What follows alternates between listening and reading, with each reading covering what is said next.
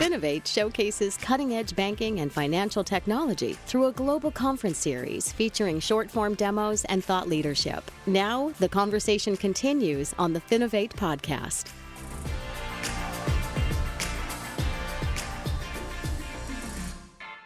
Hi, everybody. Greg Palmer here, welcoming you to the Finovate Podcast. We've got a fun one for you today. We are talking with Dor Eligula, co-founder and chief business officer at Bridgewise. Dor, thanks so much for taking the time to chat with me today. My pleasure. Thank you for the opportunity. So we're going to be talking a lot today about how AI is changing the investment and wealth management spaces. Before we get into that, I'd like to give you just an opportunity to introduce yourself and tell us a little bit about what Bridgewise is all about. Sure. So I'm Dor, 30 years old, married to my beautiful Sapir, father to Arya, 2.5 years old princess, brother to Or, twin brother to Or, who is also one of the co-founders of Bridgewise. I'm the chief business officer. He's the chief operating officer. We also have another two lovely co-founders who we are partners with for the last 10 years already. And Bridgewise was founded 6 years ago. That's our second startup together after selling our first one. And Bridgewise, again, I tend to believe in naturally I'm biased. That's a big disclaimer for the entire, session. Bridgewise is the global leader for AI for wealth. We are the enabler for what we call investment intelligence for the entire investor and trader community and value chain, from the very end investor to the brokers, the advisors, the wealth managers, and even quant hedge funds. So everyone can use and apply Bridgewise in many different ways to enjoy and have better investment decisions. Yeah, I have to quickly just say, I asked that question of every guest, and you're the first one who's started the answer by talking about his family, which I absolutely appreciate. I am a very proud father myself, and we don't talk about these sides of our life. We tend to get right into the professional side, but there's value in understanding where somebody comes from. So I really appreciate that side of it. Now, we can go ahead and turn and start talking about the way artificial intelligence is changing investment and wealth management. You obviously have a front row seat. So we'll start with this kind of general question. What are you seeing, or rather, where are you seeing AI used most effectively when it comes to banks, trading platforms, or others in the space? So if I had to give it a high-level answer, I'd say bridging the gap or bridging the wisdom gap, hence the name Bridgewise. So if I'd say, again, in a bit more elaborated way, I'd say that the vast majority of impact or value add that we see is in the, let's say, front line of financial services, and very specifically in capital markets services. So from the retail brokers who can help their, again, investors and traders make more educated, more, of course, potentially fruitful financial and investment decisions.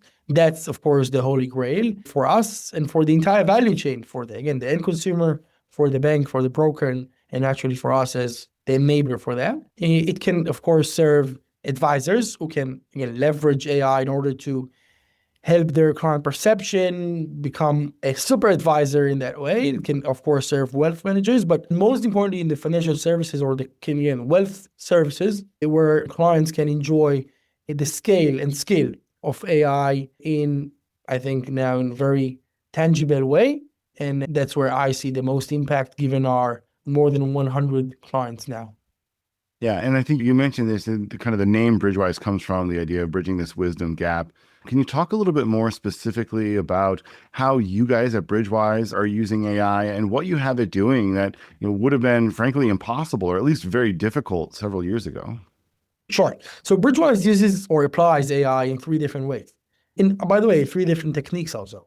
One is the infrastructure layer of Bridgewise, which is kind of more of a machine learning and NLP, natural language process, where we both digest the data from the markets all automatically, converting unstructured data from the filings of companies to structured data that machines can read, from PDF to JSON, if I want to be very precise. Then we have models, machine learning models, that analyzes the markets, analyzes different financial products based on methodologies, just like a human analyst does. But of course, as I said, with skill and scale that only machine can have.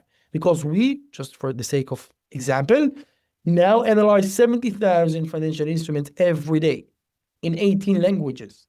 That's the power of approximately 100 morning stars, okay? Just for general understanding. Then on top of it, we don't just have the analysis. We have the language model to be able to explain it in human language. in 18 languages, as I said. So anyone, both for professionals and retail, can understand a very detailed or very concise analysis of every stock, both fundamentally, technical, ESG, news sentiment, social sentiment, every part of it as well, which will take tens of thousands of analysts, human analysts, to do. On top of it, we have Genie, which is the agentic layer of Bridgewise that can orchestrate 1 million portfolios or beyond at a scale of one single machine. Like 1 million advisors, for example, or 1 million portfolio managers for 1 million portfolios or 1 million clients. So these layers of AI applications, from a very quote unquote traditional AI of NLP or machine learning to the most advanced machine LLMs and agentic AI, is how we have built the Bridgewise product suite and what we believe is the future of AI for wealth. Yeah.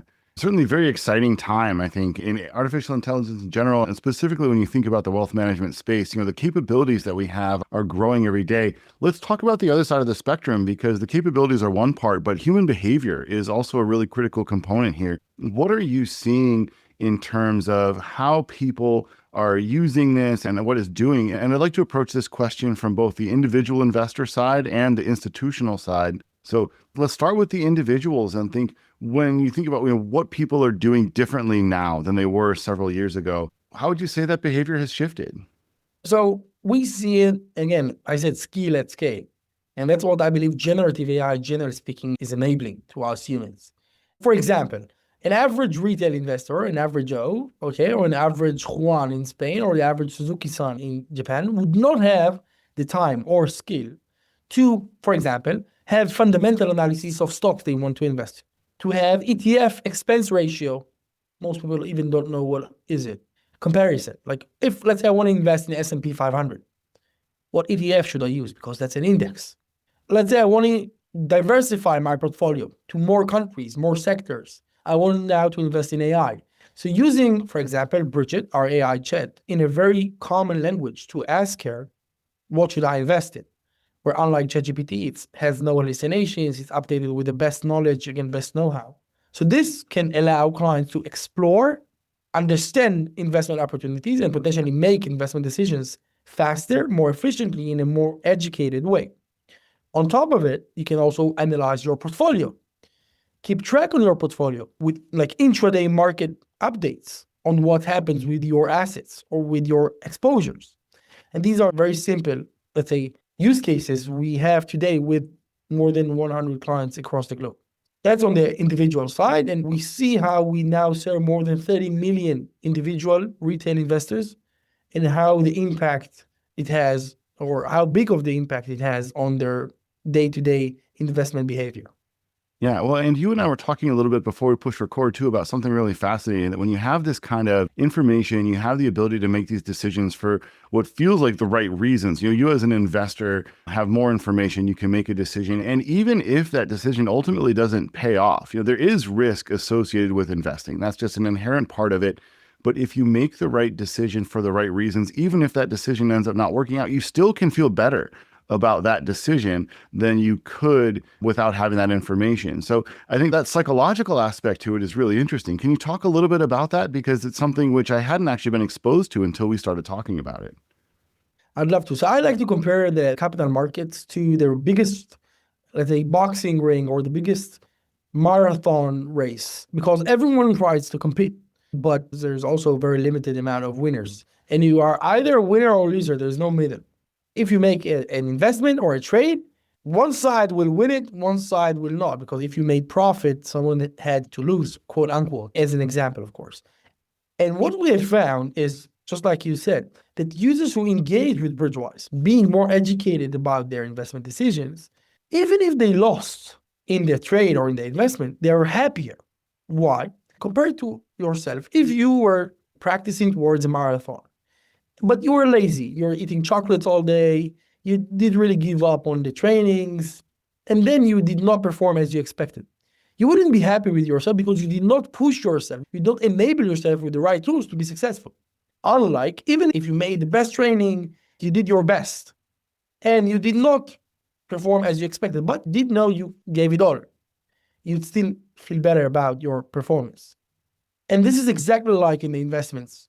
If you know you have made the right research and you had the best tools to be a winner, because you want to have the best tools compared to the other side. As said, again, winner and loser. You don't want the other side to have better tools compared to you, to have better intelligence compared to you. So by doing the right prep or the right education before making a decision, it helps both the result naturally, but also, even if you don't have the desired result, still about the process. Because sometimes the process is even more important than the actual result, because it will pay off eventually. Yeah. And I think when you think about it in that lens, it becomes so easy to find a lot of examples in your personal life where you can kind of relate to this. But it really does come down to the psychological side of it, of feeling like I've done what I can do. And I don't need to win every single game. I don't need to have 100% success record. But if I feel like my process is working, it makes it much easier to absorb those kinds of losses. And so I think that's fascinating. So let's talk about this now from the institutional side, because you can sort of see individual investor behavior changing because of some of these new capabilities. How are the institutions changing? What are you seeing on that side of the equation? So I'll divide the institutions into two. One, service providers, and second, let's say the buy side, those investment managers who does it mostly internally. So on the service providers, I think it will be very much connected to what I just said about by providing, let's say, better services, the organizations, one, can differ from their comps because the race to bottom from a price perspective is capped. It can only go to zero. I don't believe organizations will start paying clients to trade. I hope that will not be the case. So you have to provide better value. And by differentiating, by creating better services, you are able to do more stickiness, more retention, more lifetime value, more NPS, the entire business goals that an organization, especially on the services side, is looking for. If you're a broker or you're an advisor, similar thing. Going to the other side of the equation, which is the buy side, like the investment managers, the quant hedge funds, you still want to have the best data, the best insights, the best tools to let yourself, either if you are a human decision maker or if you are a quant decision maker, risk manager, to be the best performer. Because one, your competitor from within the organization might have other tools, or you want to win. And you want to have the best tools, especially if that's your work, to win. And so it's pretty much the same across the entire value chain as we see it, at least. Yeah, no, fascinating. And we're coming up on the end of our time here, but I've got two more questions that I just want to make sure we cover. The first one is, I know you're active, Bridgewise is active all over the world, and I'm always curious about regional differences that are so tough to see if you don't have that kind of visibility. So what can you tell us about how AI is being used differently, how these type of tools are being used differently in different regions, different markets all over the globe? So I'd say it's the same, but very different. Because, again, let's take two examples. Let's take the US and Japan. Two very much developed economies, but very much different from a capital market sophistication, especially on the retail side. So, again, let's take the average Joe investor. The US is maybe the most saturated, the most sophisticated, the most developed market from services perspective, but also the end client, the retail sophistication. Most people know what tools they have, a lot of tools around them to help them. But still, the way they use AI today for investment is pretty, I'd say it out loud, mediocre. They use ChatGPT, they upload their portfolio, but it's not the way I think it should be. But the level of sophistication of the prompts, let's say, or the AI questions would be higher. On the other end, let's take the average Suzuki-san, as I said, in Japan. In Japan, there are more than 3,500 stocks only in the Japanese stock exchange, and the level of decision support tools you have in Japanese is very limited, to say the least. So the average Japanese investor doesn't know about what's out there. And also by culture, they're very risk averse. So they wouldn't use a new tool. They don't jump on them right there. So the way they will use the tools are different, but both of them will use it on a daily basis. So it's pretty much the same. They both will use it, but the way they'll use it and the level of openness they'll have for this kind of tools I hope, will progress over time, but it will not be the same from day one. Yeah, fascinating. And I think, again, the same but different is kind of a really fun summation there. So last question for you. You've obviously seen so much change over the last, well, let's call it 6 years since you started Bridgewise, and so much of the space has moved dramatically in that time. What can we expect over the next 6 years? What are you sort of expecting to see as the industry evolves from here? So I'll answer, naturally I'm very biased as I said, but I'll answer both from an investment thesis and like economy and of course AI, which I think is very much aligned because I think AI is the next kind of internet revolution. It will lead economy. That's why I believe the markets will do well in the next couple of years. Even if we'll have a bump here and there, it can be even a massive hit. But again, eventually 6 years from now, we'll see the markets are doing well. I also hope because I'm very much correlated with it. Sir, yeah, we all do. Yeah, pretty much. And I think the reason, and that's where, again, technology and the markets will go, and the next winners would be, is just like the internet revolution. History repeats itself. So we'll have the infrastructure layer, the hardware like NVIDIA's in the, let's say, semiconductors industry. And of course, on top of that, the infrastructure software like the LLMs, Google, Microsoft, etc., etc. But I think the real winners, just like the internet revolution, would be the application layer on top of it. And I think where it would go is the niche AI or the niche models.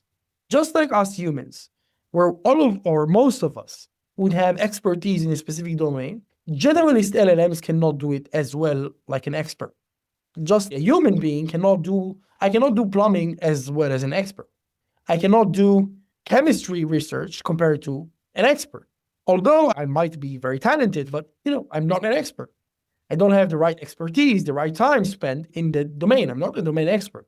So those companies will leverage the infrastructure layer and will build an application that will be niche focused, expert, with the right data, with the right training, with the right use cases, would be the winners. Naturally, I think Bridgewise would be the winner for AI for wealth. That's where we're aiming.